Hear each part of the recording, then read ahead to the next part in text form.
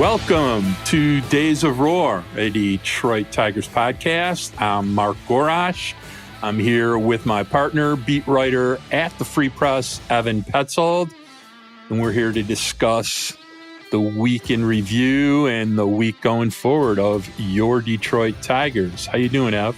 I'm doing great, Mark. Episode 9 already, huh? I talked about back at the beginning, maybe getting to episode 2 and how shocking that was. We've already made it through 9 episodes here. This is exciting, man. We're one away from 10, which means we're 10% of the way to 100.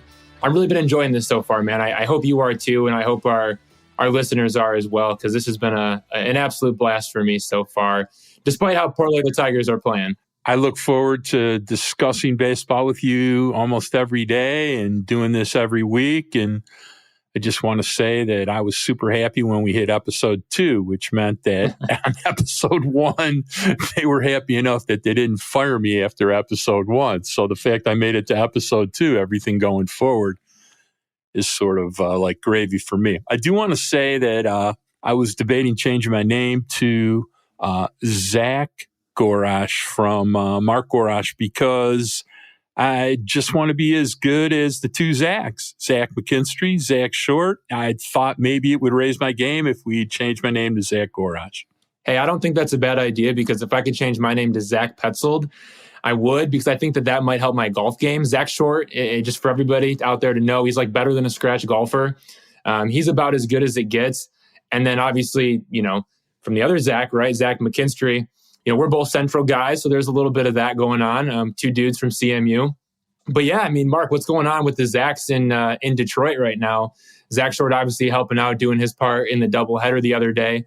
And Zach McKinstry, it's why he's earned the Jordan McKinstry nickname from you. He continues to rake. It's pretty much nonstop. And over the last week of the season, he's hitting 300 with a 733 OPS. It's not slowing down whatsoever. And then you take a look at what he's been able to do across the entire season so far. He's hitting 271 with a 775 OPS, 2 homers, putting up good plate appearances.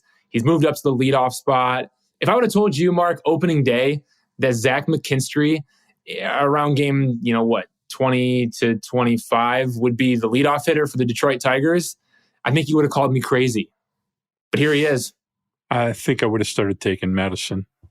Me too. I would have had to. I would have been worried about me, and I would have probably had to check myself in somewhere. But here we are. Zach McKinstry, leadoff hitter, Detroit Tigers. Yeah, last 5 games, leading off. The one thing I love about AJ Hinch is he will ride a pony until that pony collapses. So he, if you do well, he's going to give you a shot. So let's look at the week. Tigers went 3-4, somehow seemed worse, but it wasn't. And they finished the month with a record of 10-17. Do I have that correct? I think so. Yeah. Yeah. 10-7. I know. Coming off of this week, though, it was back-to-back wins against the Brewers, and then they lost the series finale of that series, and then played the Orioles back in Detroit for 4 more games, which I thought that was weird with the scheduling. I mean, I think that's kind of a crummy way to schedule it, probably for both teams. Obviously, it buried the Tigers, though, because they were swept in Baltimore, and then the Orioles had to come to Detroit only a couple days later.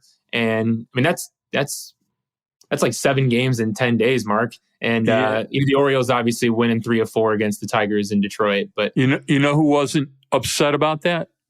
Who? The Baltimore Orioles. Yeah, right. Baltimore Orioles. I mean, I don't think the Tigers ate lunch too many times this week, because all their lunch money is owned by the Baltimore Orioles. They remind me of Tampa Bay Light, like the Tampa Bay Light version. I don't know if that's true, but it just seems like they don't really make a ton of mistakes. They burn you when you make mistakes, and they kind of just quietly take care of their business and get the job done. I don't know if you see the same thing, but it sure seemed that way watching these 7 games between the two teams. Made very, very few mistakes, never quit, never felt like a lead was safe when you did have one.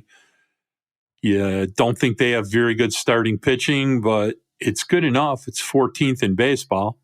Good enough to be the Tigers, yeah. And the relief pitching, they used the same 3 relievers to close all 6 victories.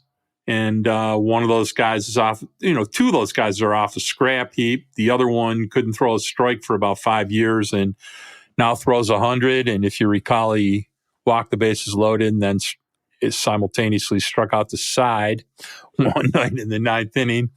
But Baltimore is a good baseball team. They fundamentally play very well. They situationally hit unbelievable. At least they did against the Detroit Tigers for the last 10 days. And they got some young dudes in the middle of their lineup. They got a future MVP catching. Yep. They have a guy that's playing third base that could play shortstop that really isn't doing anything yet for them yet. They're still 19-9, Gunnar Henderson. They have a guy playing shortstop they picked up from the scrap heap that is on his way to being, he's already earned 1.6 WAR already this season for the first month of the season, Jorge Mateo, on his way to a 5+ WAR season that they picked up literally from a dumpster. I mean, he was good. He was good last year, Mark. Don't get me wrong. 35 stolen bases, but he only hit 221, and obviously there's some questions about the bat. But this year, he just looks like everything is clicking for him. I mean, the stolen bases are off the charts. Batting average is off the charts. The OPS is obviously absolutely absurd with the way that he's been doing damage on the baseball. And yeah, this is a 27-year-old and everything is clicking for him right now and doesn't become a free agent until after the 2025 season. He can play some outfield, play some second base, play some shortstop, can do some things for you. And he's fast as hell. Yeah, he was really good these last 10 days. Just kind of shocks me because he used to be a player that had a lot of Willie Castro in him, and now he's like, a 5-WAR player. They raise his walk rate from sub-5 to over 7. He hits 15 bombs now, fields like a wizard, and steals 35+ bases. So that's development, right? Yeah, it's player development, dude.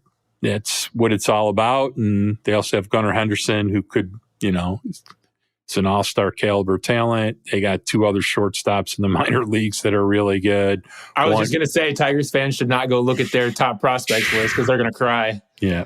So, Elias has done, a lot of miracle activity there, very similar to what he learned under Luno in Houston. AJ knows him really well. And for all of you that continuously want to pepper me on Twitter that Chris Ilitch needs to spend money, the Baltimore Orioles are giving you the middle finger from both hands, saying, yeah, right. We don't spend any money. We're 19-9, and we have 5 more top 50 prospects coming up, and we don't have a pitcher besides Grayson Rodriguez, who threw his greatest 5 innings of his major league career. Every starter we have is somebody who you never heard of before. So, at the end of the day, it's all about player development and execution, developing a style of play and being able to repeat it day after day. As we say here every week, Ev, don't show me what you can do one time. Show me what you can do all the time. So, hey, real quick, you mentioned the lack of pitchers in Baltimore. How about Eduardo Rodríguez going back to where it started? Maybe at some point, wouldn't he look pretty nice in that uniform? They could use him, man. They need a pitcher, and we do need to talk about how good he's been because we're going to talk about it. We're going to talk about it, and I think that I would think that he would be very tempting for the Orioles. I think they'd be a little worried that he wouldn't stay, but he's very familiar with the AL East. He's pitched in the playoffs, and he's opting out anyway. That's the thing, right. Unless you restructure a deal. But I don't think there's any question that he's opting out. So what I want to do is I want to at least discuss what was good this week and take a look a little bit about some things that happened this month so people can have a review of we'll use the words post-mortem. I think post-mortem's a good way to look at it. And, so some performances that have been very good recently, I think you have to give Eduardo McKinstry a tip of the cap. Been really good. Currently hitting, I think, 271. His OPS 775. Somebody else who's been very good recently, two other guys, would be Javi Baez. How about Javi Baez? How well he's hitting the last 2 weeks, up probably over 350 in the last 2 weeks, coming up with a lot of clutch 2-out knocks.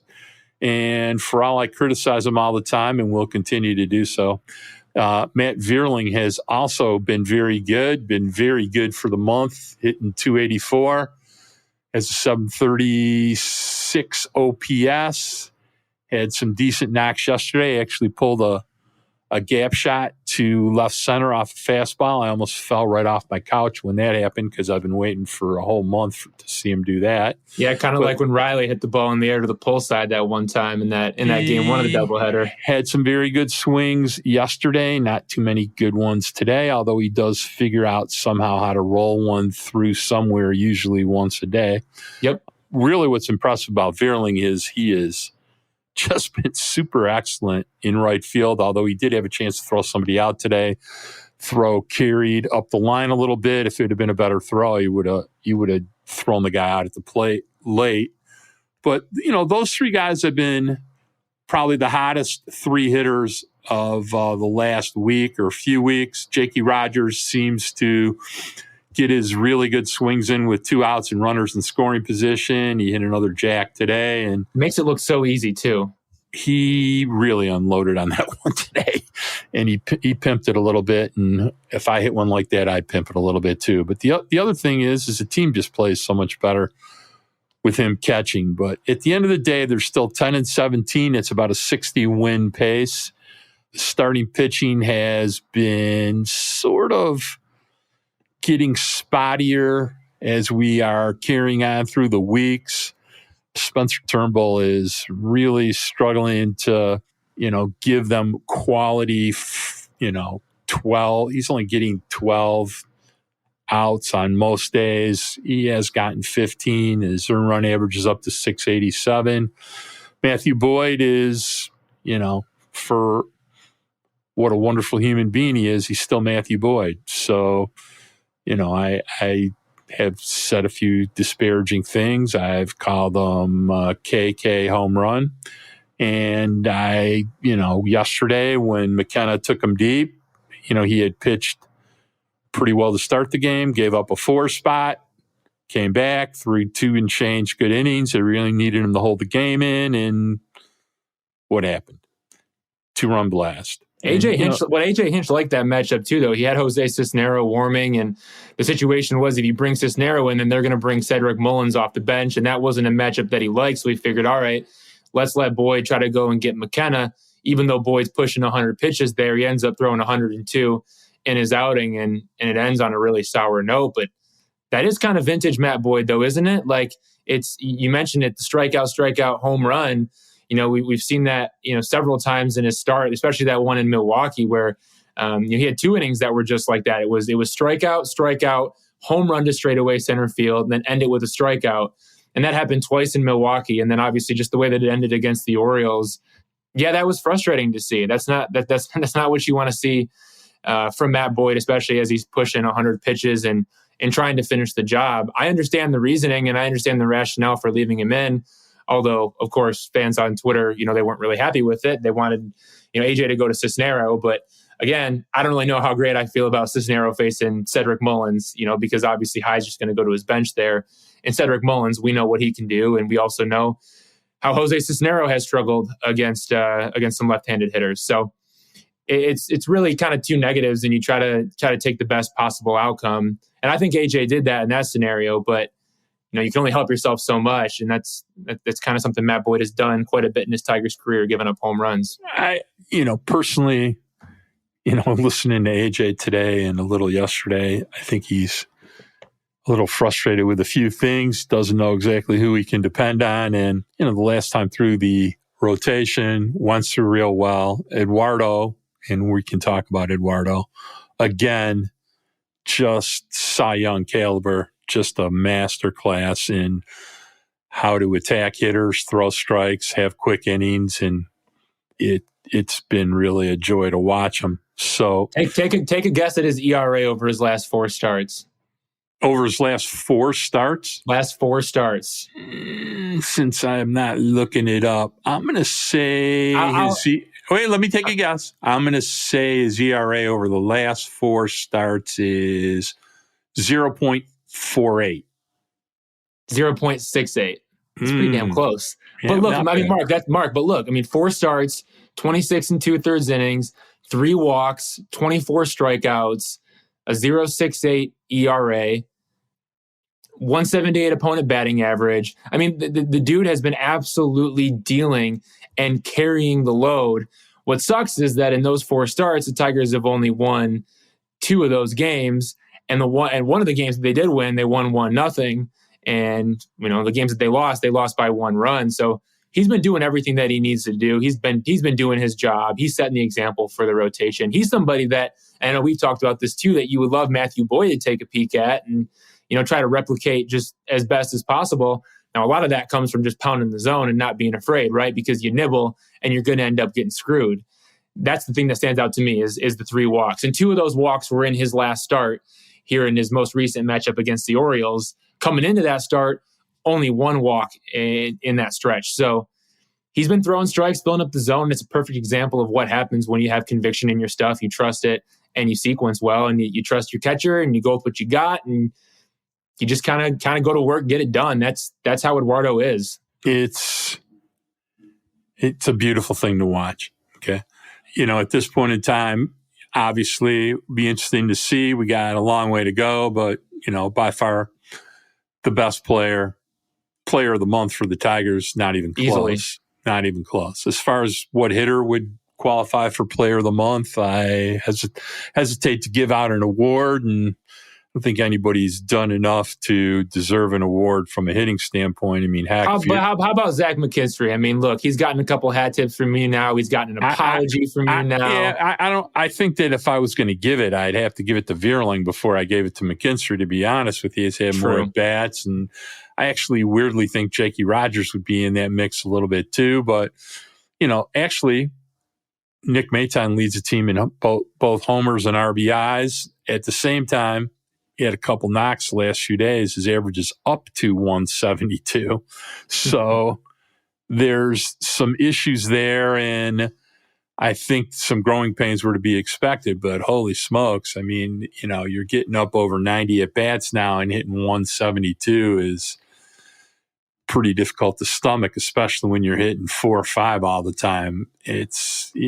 Knock on wood, he's had a pretty decent amount of walks, but just going to have to do across the board a lot better from an offensive standpoint. It's just a really, really difficult watch their runners in scoring position averages, the amount of, the other night they score 7. They have 4. They're 4 for 6 in, runners in scoring position in the first 4 innings, and then proceed to go 0 for 11 the rest of the game. Can you just execute for an entire game? It's very, very frustrating. Well, we talked about that, Mark. That was game 1 of the doubleheader, if I'm not mistaken. And that's a game where, the Tigers were up early.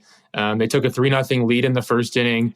And after the 3rd inning, they ended up having a 5-1 lead. And you thought, all right, they're in pretty good position. And then they just kept putting guys on base. They kept the pressure up. And you look at the end of the game, and the Tigers were in a situation where, they had a chance to lose that game down there at the very end. And in my head, I thought, man, the Tigers should have 10 runs, 12 runs, 13 runs right now where they're at. And they scored 7, but they got 16 hits. And look, man, when you have 16 hits and you have as many walks as they did, and it's almost like inexcusable. And that's kind of a product of, look, you're 4 for 17, but all those 4 hits, runners in scoring position came early, and then you stranded a ton late. That you should have put the Orioles away in that game. Am I not wrong? You're not wrong. But at the same time, let's talk about something. Their walk rate is up to 8.3%, which it's been a long time since it's been this high. Their at-bats have been much better. Understand that their walk rate last year was under 7. So, that's a pretty substantial improvement.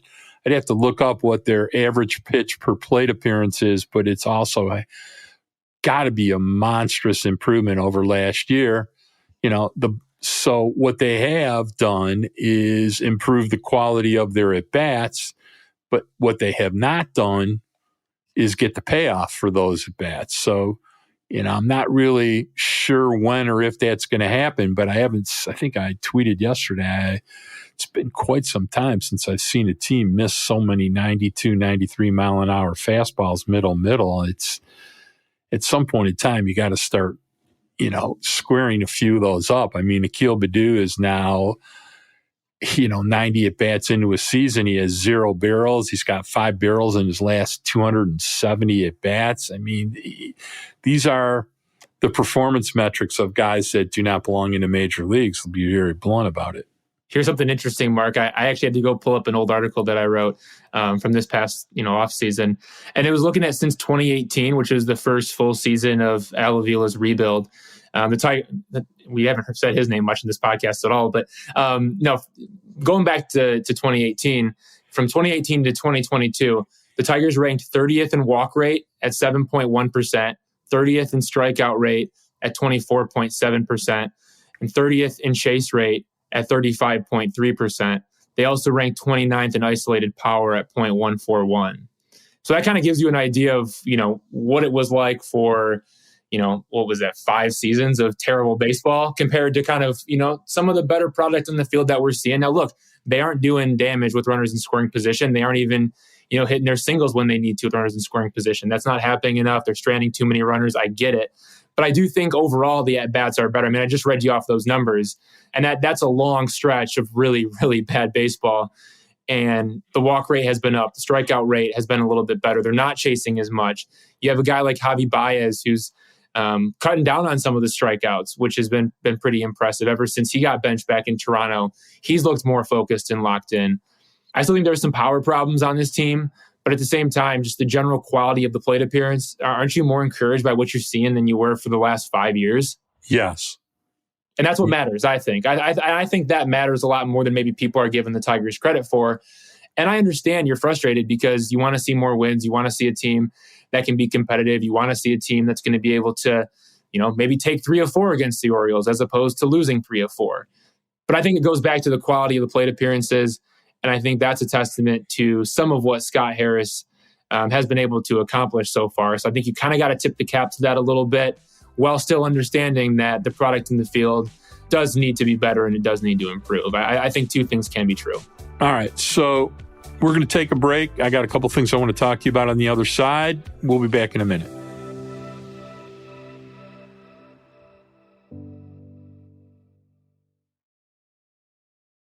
So I want to not belabor this too long because it's, been 73% of our podcast discussion for the last 8 weeks. But I think everybody's pretty frustrated that we're not seeing more production from Spencer Torkelson or Riley Green. So I thought about it for a while today.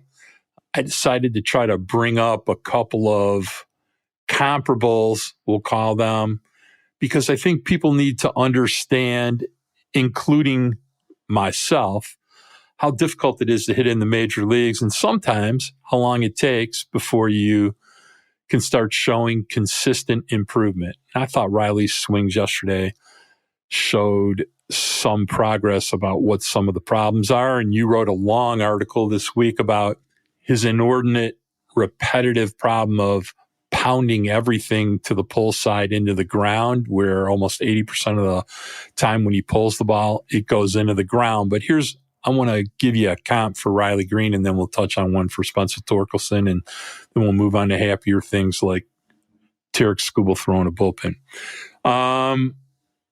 My comp that I would bring up, and I'm not sure Riley has this much upside, but he sure potentially does. And I asked my buddy Brandon Day at Bless You Boys what he thought of this, and he always loves to argue with me and tell me why I'm not right. But my comp for this used to be Jim Edmonds, but really they have a much better comp that used to be a Tiger from not too long ago.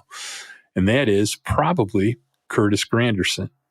Curtis Granderson had a lot more time to develop. He was 23 years old the first time he took an at-bat into major leagues. He played college baseball.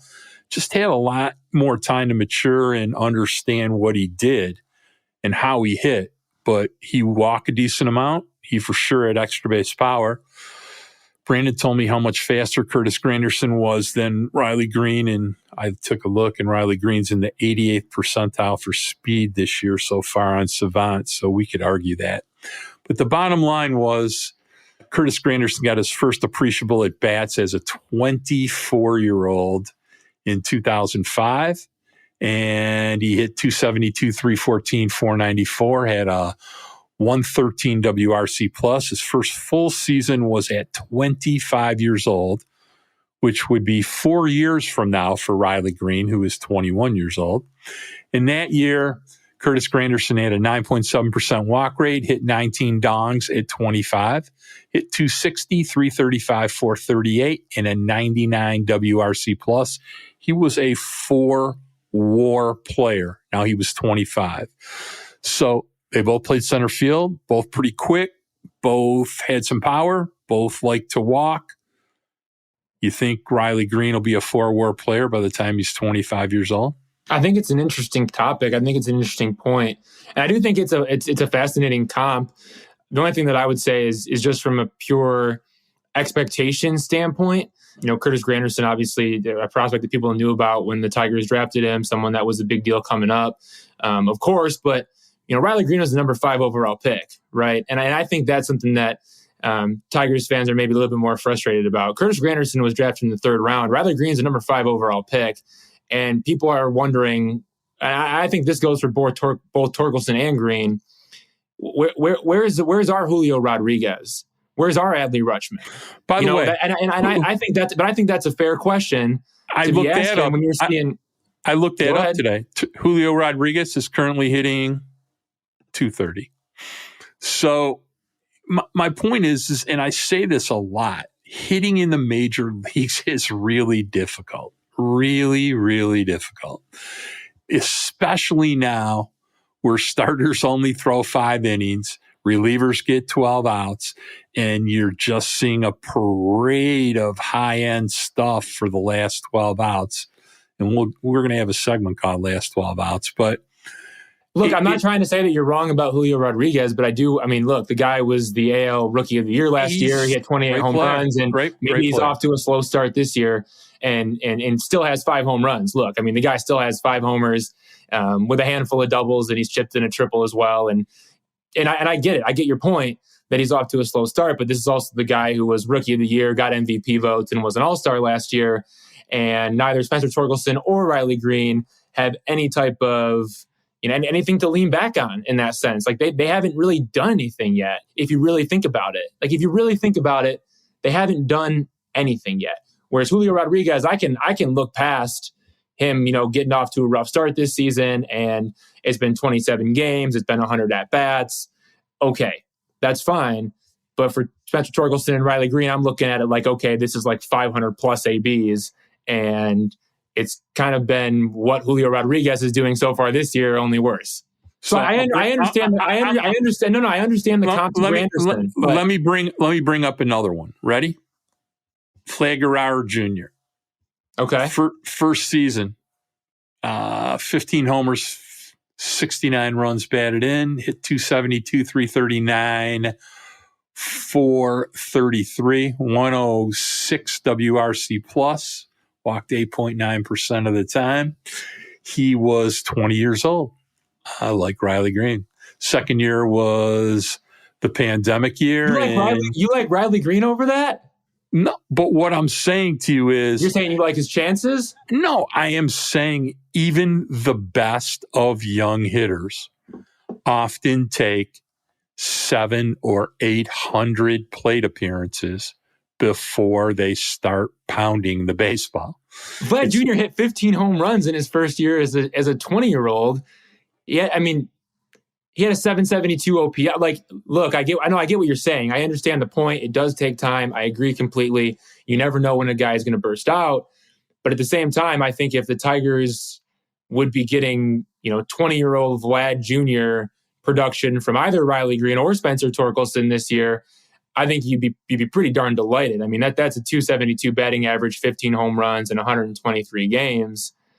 I mean, that's pretty good. I understand it's not what he's doing now, which is, I mean, the guy hit 32 home runs last year. He hit 48 home runs in 2021, but even just show me something. Let's not forget that both Spencer Torkelson and Riley Green have been, pretty underwhelming so far.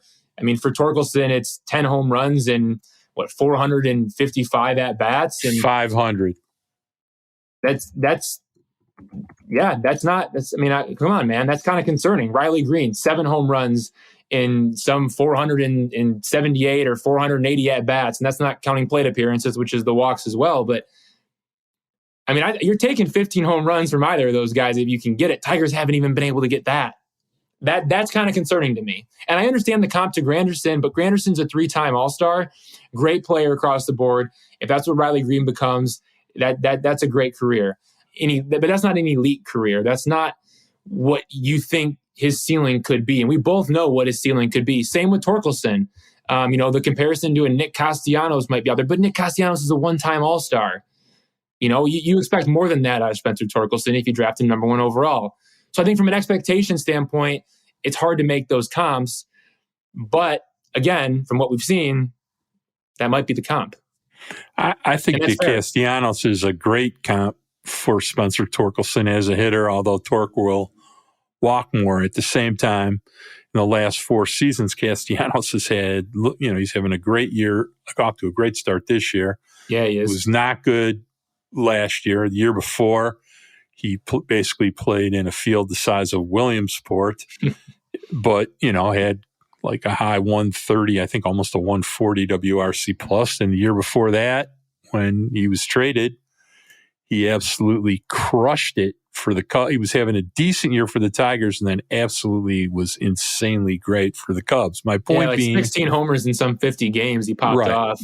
My point being, though, look, nobody's as frustrated with these two guys as hitters as me. I mean, I'm the crazy one who goes back and slows down Riley Green at bats trying to understand how come he hits every baseball in the ground. And I'm not going to bore this podcast with my theories about it, but, he's hitting the top of the baseball an awful lot. He's not squaring it, and he's not staying balanced through the ball. The whys and what fors, I'll leave for Riley to discuss with you in the locker room when he's ready to do that. As far as Torkelson goes, there's something going on above that boy's neck, because as great as his swings were from the second week of spring training until last week, this week, I just am shaking my head at what I'm watching. It's like, what? It's even it's been the last even 3 days, Mark. I mean, they were pretty good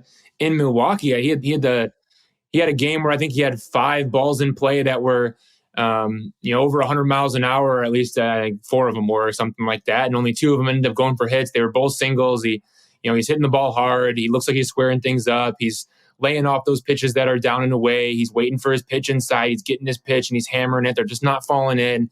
And then suddenly he just lost it. Yeah, this last 8 or 10 at bats are as bad as you've had all year. All right, we're not going to talk about them anymore. We've talked about them more than enough. And what I will say is that it's not unusual to see kids struggle this long at this age. And hopefully at some point in time, they'll stop struggling. All right, let's talk about a couple things. First of all, Tarik Skubal threw a bullpen yesterday, threw 15 fastballs, got the heck out of here. It had to be a combination of one of the scariest things he's ever done and one of the most exhilarating things he's ever done for anyone rehabbing from an injury. It's pretty weird the first time you get back out there. By the 3rd or 4th time, you're feeling pretty good. You start cutting loose a little bit more. But what'd you learn? I don't know if you got a chance to watch it, but give me some of your insights and thoughts about it. I actually saw a pitch that he threw on his Instagram. He put that on his Instagram story. So I was able to see one of those 15 fastballs that he ripped off. He was throwing during the allotted time for us in the clubhouse and with AJ and stuff like that. But no, I mean, he was out there with Tim Reams, the bullpen catcher, and also had the athletic trainers out there with him as well. And some of the teammates even, went out there to watch him throw his first bullpen. And it was just 15 fastballs. He did talk about being pretty nervous, Mark. He talked about like just feeling the nerves. And he said, it was weird that I was nervous, but I think that means that I care. And obviously he does. That was his first time off the mound since August 1st when he was pitching against the Minnesota Twins and exited the game at Target Field after 5 scoreless innings. Everyone freaked out and they thought, oh, are the Tigers trading this guy? Because he was kind of at the center of some trade deadline rumors. And it was no, he's not trading him, but there's arm fatigue and ended up needing left flexor tendon surgery, had that done in mid-August. Now he's finally back on the mound. He's going to throw another bullpen next week. So it's a good sign. It's a really good sign that he's back on the mound and he's getting going again. So yeah, bullpen this week at some point, unclear on when that day is, and then just kind of increase his pitches. And it kind of just, in his words, becomes a normal progression like he would in spring training. All that really, all that you're really looking for is, hey, how does this guy bounce back after each time he goes out there and throws a bullpen? And then how does he bounce back after every time he throws a live BP? And then when he gets to the rehab portion, what does that look like when he's coming off of games? And how is his body able to recover? So yeah, he threw that first bullpen on Saturday, said on Sunday that he felt really good. Everything felt great. And that was the most important thing to him, is that he felt great on Sunday after throwing on Saturday. And I think this is somewhat overlooked just because maybe we forget about all these guys who are injured. I mean, look, Tarik Skubal, Casey Mize, Matt Manning, all of them are on the 60-day injured list right now. We'll talk about Matt in a second, but Skubal was really good before he got hurt last year. A 2.33 ERA in his first 11 starts. And he was just flat out dominant through 21 starts before the injury. I mean, it was a 3.52 ERA, 32 walks, 117 strikeouts, and 117 2/3 innings in those 21 starts. He was a strikeout machine, and he looked polished and he looked well on his way. I mean, early in the season, I remember thinking about him being a potential Cy Young candidate. So when he's able to get back and he's able to get going again, I cannot wait to see him just get back into the swing of things. I know sometimes for guys, it takes time to really get that feel back, even once you start pitching in games. But man, once it clicks for Tarik Skubal, it's going to be a lot of fun. It's going to be a huge boost to this team. And it's also going to give you a guy that, you kind of like what Eduardo Rodríguez is doing right now. He's that guy last year that you felt like every time he took the ball, all right, we got a chance to win. That's how you felt when you were at the Tigers. And you haven't been able to feel that very much outside of, this strong start to the season from Rodríguez.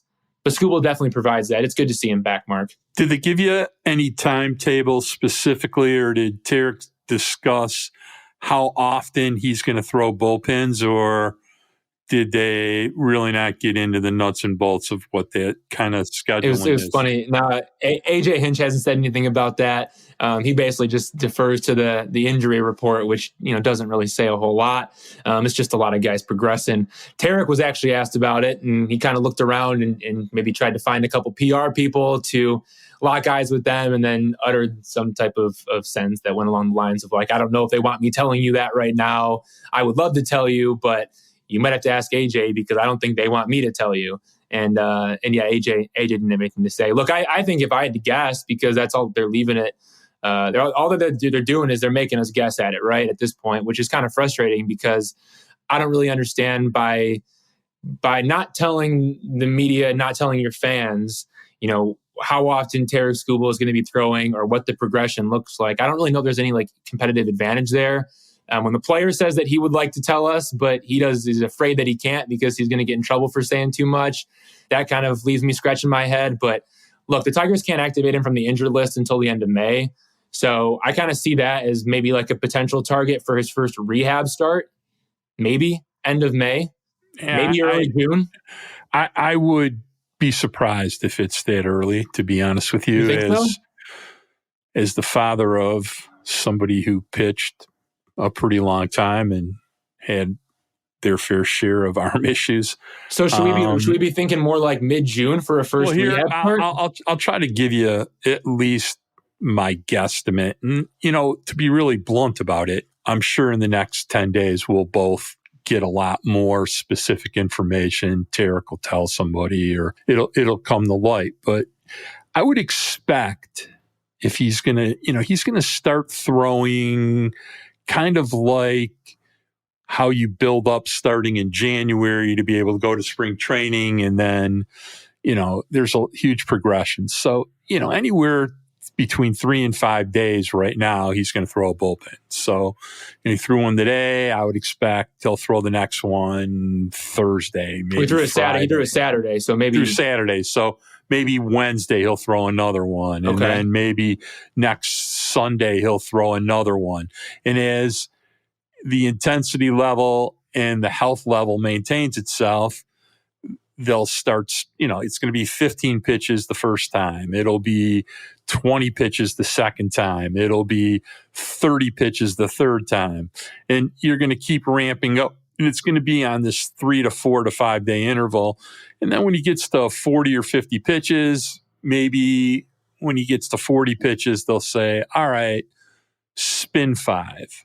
Okay. Yep. And it's going to take him 3 weeks just to get to where he's throwing a somewhat legitimate 50 pitch with a few breaking pitch mixed in bullpen.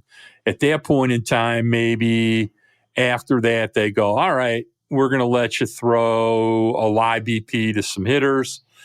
He'll throw a live BP, maybe 20 pitches. The next time, maybe he'll throw 30 pitches and he'll sit down after 15. He'll get up, he'll throw. So I don't really expect to see him go to Lakeland or West Michigan and throw a rehab start. It'll be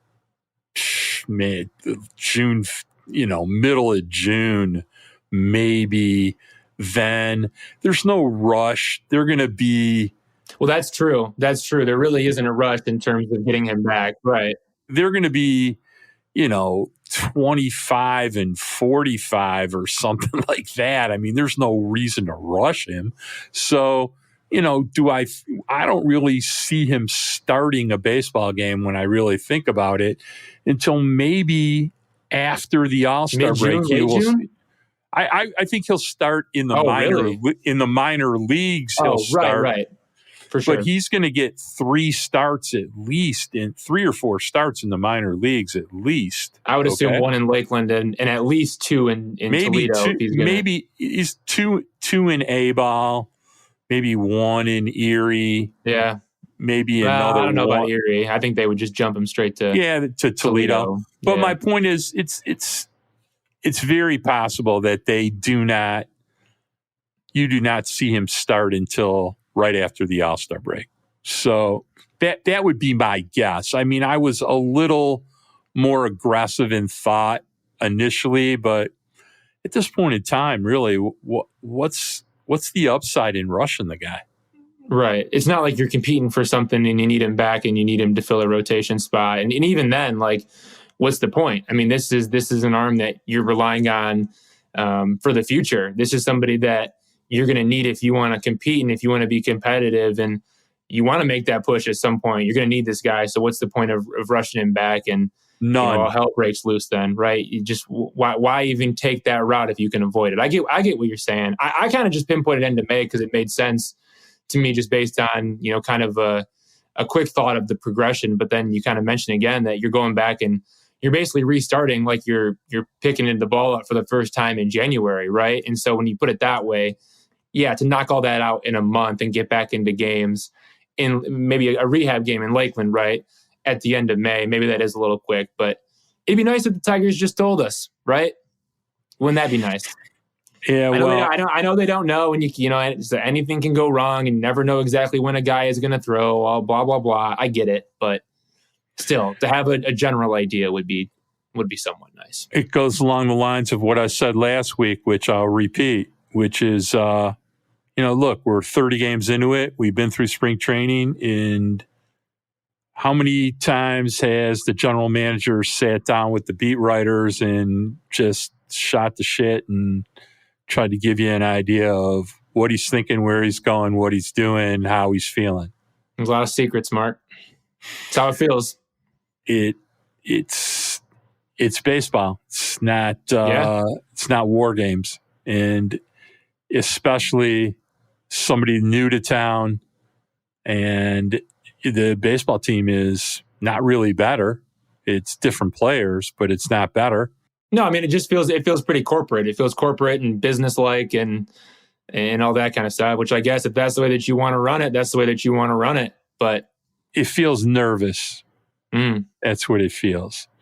I mean, to me, it's, I know PR skills are not required as part of the job, but kind of, especially after you suck for 7 years. So it might be good, reassuring to not be so clandestine with, you had a bunch of nice buzzwords, and yes, I can see some of the results, but at the same time, to, be a little more transparent, a little more engaging, a little more encouraging, a little more honest, probably not a terrible idea. So that's, people don't like me saying that. My apologies. It's just, I think fans deserve better. They deserve more transparency, and they definitely, after 7 years, deserve better caliber baseball. I mean, this is some painful stuff to watch. Holy smokes, man. It is, we're both baseball connoisseurs. You have to do it every day as your job, but it's a slog. Too many nights, too many. It's not good baseball. So we got one more break coming up. We're going to take it now. We'll be back in a minute.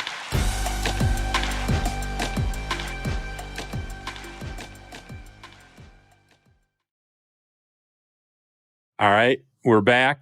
I want to talk about something really exciting that's coming up, and then I want to take a few mailbag questions that I saved that I think it would be nice if we tried to answer.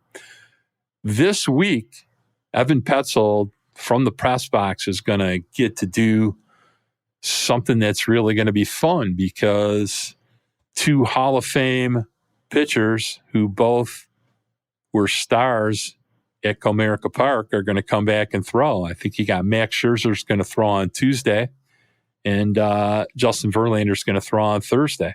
Yep. So sounds pretty exciting. I'm not sure, but Mark Gorash actually may make an appearance down there. I might want to come watch Ver throw, because I don't know how many more times you're going to get to see Ver throw in person. So let's talk about that for a minute. Yeah, you get to watch Max Scherzer throw in person. I'm going to get to watch Justin Verlander throw in person. I know I've already seen him quite a bit, but Miguel Cabrera is going to be on that field too. Let's not forget. And I know he's really going through it right now, but just to respect the greatness and to respect the Hall of Fame caliber hitter that he is, to have those three players, on the field again at the same time is going to be pretty cool to see them all in Comerica Park on the field, playing a baseball game, right? And Max Scherzer is as good as it gets. Look, the guy's an 8-time All-Star, 3-time Cy Young winner. Justin Verlander, 3-time Cy Young winner, 9-time All-Star, Rookie of the Year, MVP, 2-time World Series champ. The list goes on and on for both of these guys, who are both they're as good as it gets at their craft. And, there are two guys where they're competitors, but it's also like it's like beautiful competition too, because it's so masterful, the way in which they go about it. So yeah, it'll be fun. It's also interesting storylines too, right? Scherzer coming off the suspension, Verlander coming back from the injured list, and from the injury hasn't pitched for the Mets yet, so he's going to get to pitch for them, against the Tigers for the first time. And Scherzer's obviously going to be back in action. It's going to be a fun series against the Mets. I don't think it's going to go very well for the Tigers hitters, let's just say, but I think for fans, if the Tigers want to sell some tickets, they should be advertising those two. I don't know if that's allowed, but they should, because that'll put seats in the ballpark, that's for sure. It should be pretty exciting. I'm sure both will get pretty huge ovations from the 11,000 people that'll be in the ballpark. That's the problem. But I was talking to some of our buddies, and you can see better than anybody, but holy smoke, some of the crowds this week, it looked like there was 473 people there. I was just astonished how empty the place was.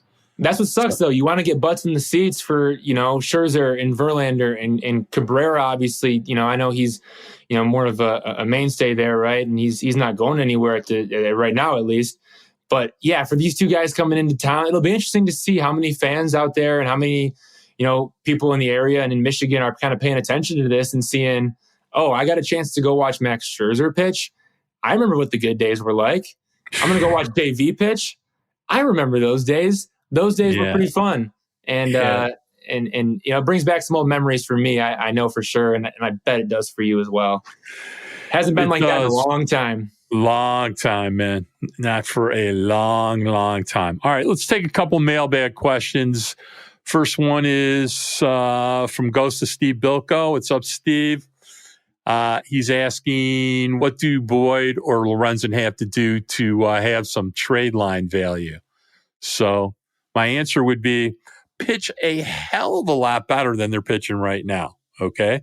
Weirdly, Michael Lorenzen might have some value because people will still give some thought to maybe putting him in the bullpen where he'll I think the same is true for Boyd. I think the same is true for Boyd. I want to let you finish your sentence there, but I had to jump in and say I think the same is true with Boyd. I think he proved last year that he can pitch out of the bullpen, and that's an easy selling point for him if he's not working as a starter. Look, if that's the case, you can still trade him off as a bullpen piece.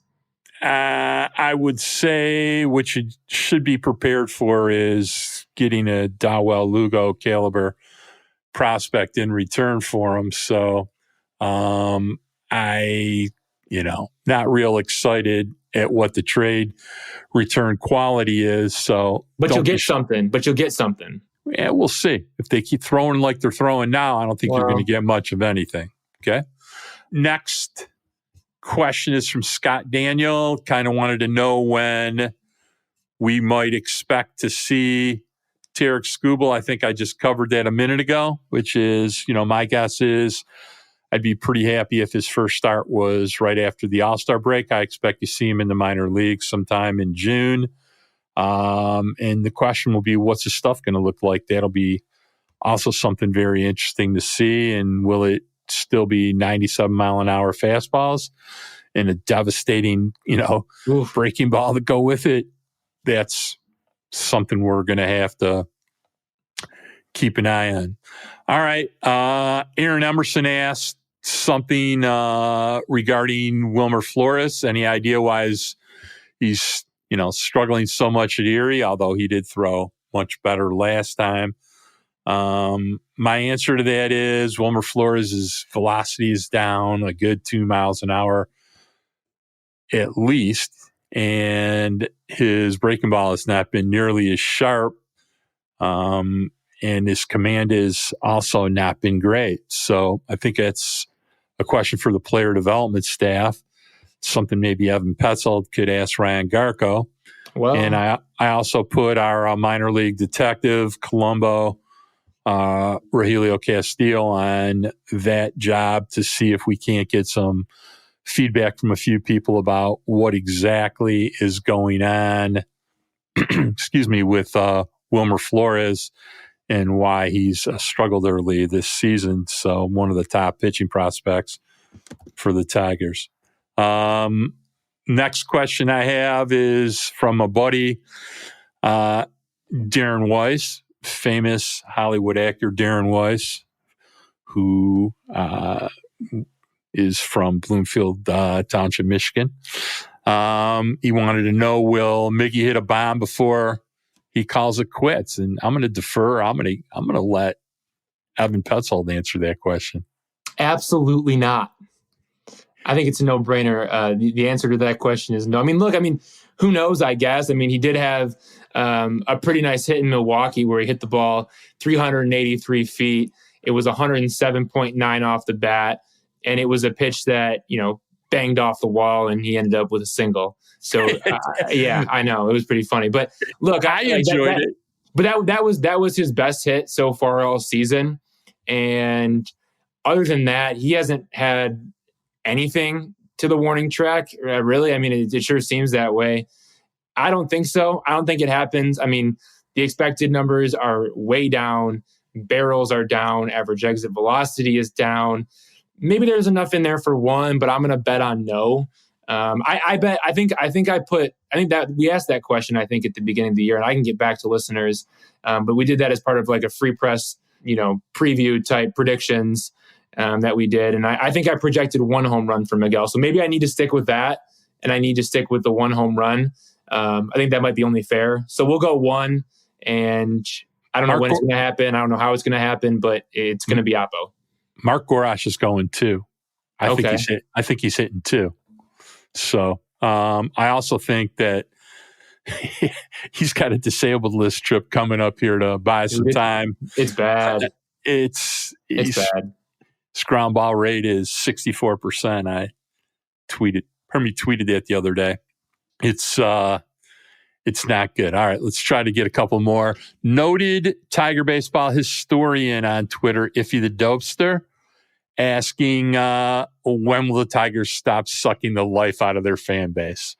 I'll take a fast shot at that. My answer is I'm hoping sometime late next year. I don't think the fan base getting the life sucked out of them is going to stop itself this year. Not the way things are looking. You got any quick answer to that one? 2027 World Series champs. Next question. Oh, Evan Petzold. He's going to be appearing downtown. He's at the Laugh Store. All right. Well, all I can tell you is that, that's it for the mailbag this week. It's hard to dig up a ton of mailbag questions when your team is winning 10 out of every 27 games. It makes it a lot less fun. I wanted to go over quickly. May, you got the Mets for 3 games this week, and then you're going to the Mecca of baseball, St. Louis, and you want to talk about some unhappy fans right now. I don't know if there's any more unhappy fans in St. Louis right now. What about sending Jordan Walker down? I thought that was a little quick, but I guess you got to place the blame on somebody, right? I mean, my gosh. I think there's a couple things that go there. That was he was really struggling in the field. He'd hit 192 in like his past 10 games. They have Nootbaar O'Neill and Carlson ahead of him. No, I mean, I know there were some things with the outfield and he wasn't playing well, but he's a damn good player. And what about if that happened in Detroit, everyone would be going down. What about service time? Yeah. But yeah, I would assume Jordan Walker's going to be back here, at some point. But it was. They'll let that clock run, though. They will. It was a pretty quick hook on them. Then you got the Guardians, you got the Guardians and the Twins. I know the White Sox are at the start of June. You got Pittsburgh, I think Pittsburgh is like 25-2, or no, they're like it's 20 and 10. 20 and 10. It's funny. It's funny looking back. You got the Mets coming up, and then the Cardinals, and then you have Cleveland, and then the Tigers come back home and they play against the Mariners. And there's an off day on Monday, May 15th. And at the beginning of the season, I was talking about, hey, this first half of the schedule is going to be, this first part of the schedule is going to be so difficult. The Tigers are finally going to get to catch that breather when they play the Pirates at home on May 16th. That ain't a breather anymore. The way the Pirates are playing. It's the Pirates are just killing people. I know. It's crazy. Can't stop, won't stop. Can't predict ball. And, when you look at Baltimore and you look at the Pirates, it could have been the Tigers, right? Could have been. All right, Ev. We're going to save our new segment, Last 12 Outs, for next week. But it's good to have you home. And I'm looking forward to, seeing Ver throw this week. I'm hoping maybe I'll sneak down there on Thursday afternoon. I wanted to tell everybody, please rate, share, and subscribe to Days of Roar wherever you listen to podcasts. You can always find it at freep.com or any article that Evan Petzold writes. I'd like to for sure thank our executive producer, Kirk Crawford, sports editor of the Detroit Free Press, our other executive producer and interim editor of the Detroit Free Press, Anjanette Delgado, our producer, Robin Chan, who always makes us sound far better than we are. The GOAT. Yeah. I'd like to give a shout out to my grandson, Braden Michael Gorash, I'd also like to give a shout out to my son, Jordan Gorash, whose birthday is coming up at the end of next week. I want to give a special shout out to Michael Steckley, Kieran Steckley's dad, who, as everybody knows, was in an accident, not doing too well. And Kieran tells me he's doing much, much, much better. I'm excited to hear that. So Days of Roar, Evan and myself would like to give a shout out to Mr. Steckley. Glad to hear he's doing better. Hope he gives us a listen while he's recuperating and doing his therapy. And for Evan, this is Mark Gorash, soon to be Zach Gorash. And I hope you have a great week. Peace.